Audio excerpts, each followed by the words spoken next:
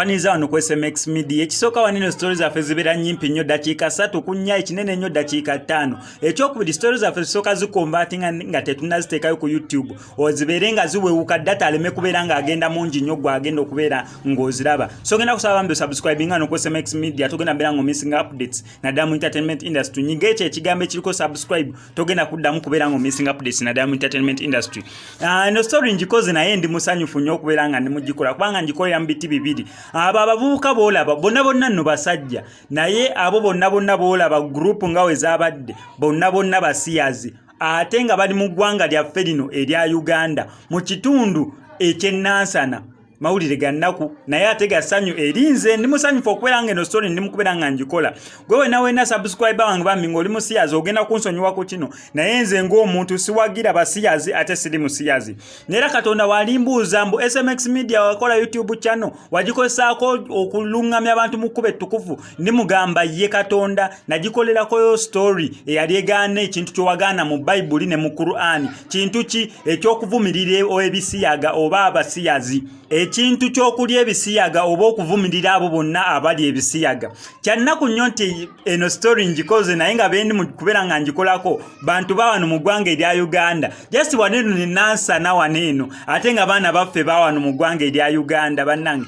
kikwasa nnyo ensonyi kikwasa nnyo ennaku kikwasa nnyo entukwe waliwo ebifaananyi bye ngenda okulagawo ebisembayo eby'omuzungu ayambadde sikaati eyo story mbadde nagifunadde ebifaananyi naye just nalino gikola wiiki eri nembeera bize kati neŋŋamba ngenda gikolamu eno wiiki zino ennaku ezisoose bbiri Monday ne Tuesday tubadde bizemu nga njagala nfuna olunaku lwengenda okukola eyo story naye ate kinsabisiza mbu sisoose nakukola eri saasoose kukola eri okufuna eno wabula zonna ngenda zigattira wamu mu bazungu bo kye bakolera ddala tebalinaako buzibu bagenda ne mu kyaki waliwo kyaki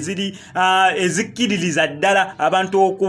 okufuna n'ekibaluwa ekitongole ekyabasiyaga waneno mu ggwanga lya Uganda waliwo ba celebrities be nali kuleeterako emabegaawo nga bo basiyazi neera nga bakyenyumirizaamu okukulikaani kerekere afande kerekere yavaayo ye n'agamba ye musiyazi bineno byonna byenjogera wano ku SMX Media mummanyi bulungi nnyo soogera kintu nga mpayiriza muntu soogera kintu nga zitattanya erinnya ly'omuntu wabula ekintu kyenjogerako wabeerawo obukakafu kerekere story ye nagikola we yavaayo n'ategeeza abantu mbu ye musiyazi takiinaako buzibu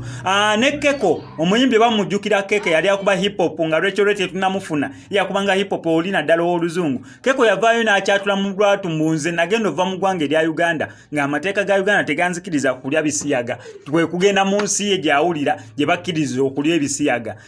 si nnyingi nnyo ze bakkirizaamu abantu we batyo naye oli ye n'avaayo n'akyogera ne mu lwatu nze baali baŋŋaana mu Uganda nga siri free nga banjogerera so kwe kudduka mu nsi eno nze nga SMX Media ngenda kweyongera kujjukiza mbu bannange Bayibuli n'ogisoma n'ogivako epaka ku ze temulimu kigambo Mukama Katonda oyakkiriza musajja abeere ne musajja munne oba omukazi abeere ne mukazi munne ebisiyaga bya bika bibiri n'omubakazi nabo bayiri ebisiyaga omukazi ku mukazi so n'abasajja kyekimu wekito naye mu Bayibuli ne mu Qur'an tewaliwo kigambira muntu kwegatta mu kikola kya ssanyu nga muli bajenda bbiri nga banino bwe tulaba abavubuka banene ab'omu Uganda be bakutte nga balina mu kwanjula omanye okukola n'omukolo ogw'ekitiibwa nga bali mu kwanjula omusajja nga ayanjula musajja munne ebyo byonna ebikola bibeera wanene naye ku SMX Media ffe tukuleetera updates kyogenda okukola kiri simple kubeera nga osubscribinga ku SMX Media tojja kubeera nga missing updates ndala nga zinene MSSMX I sign out.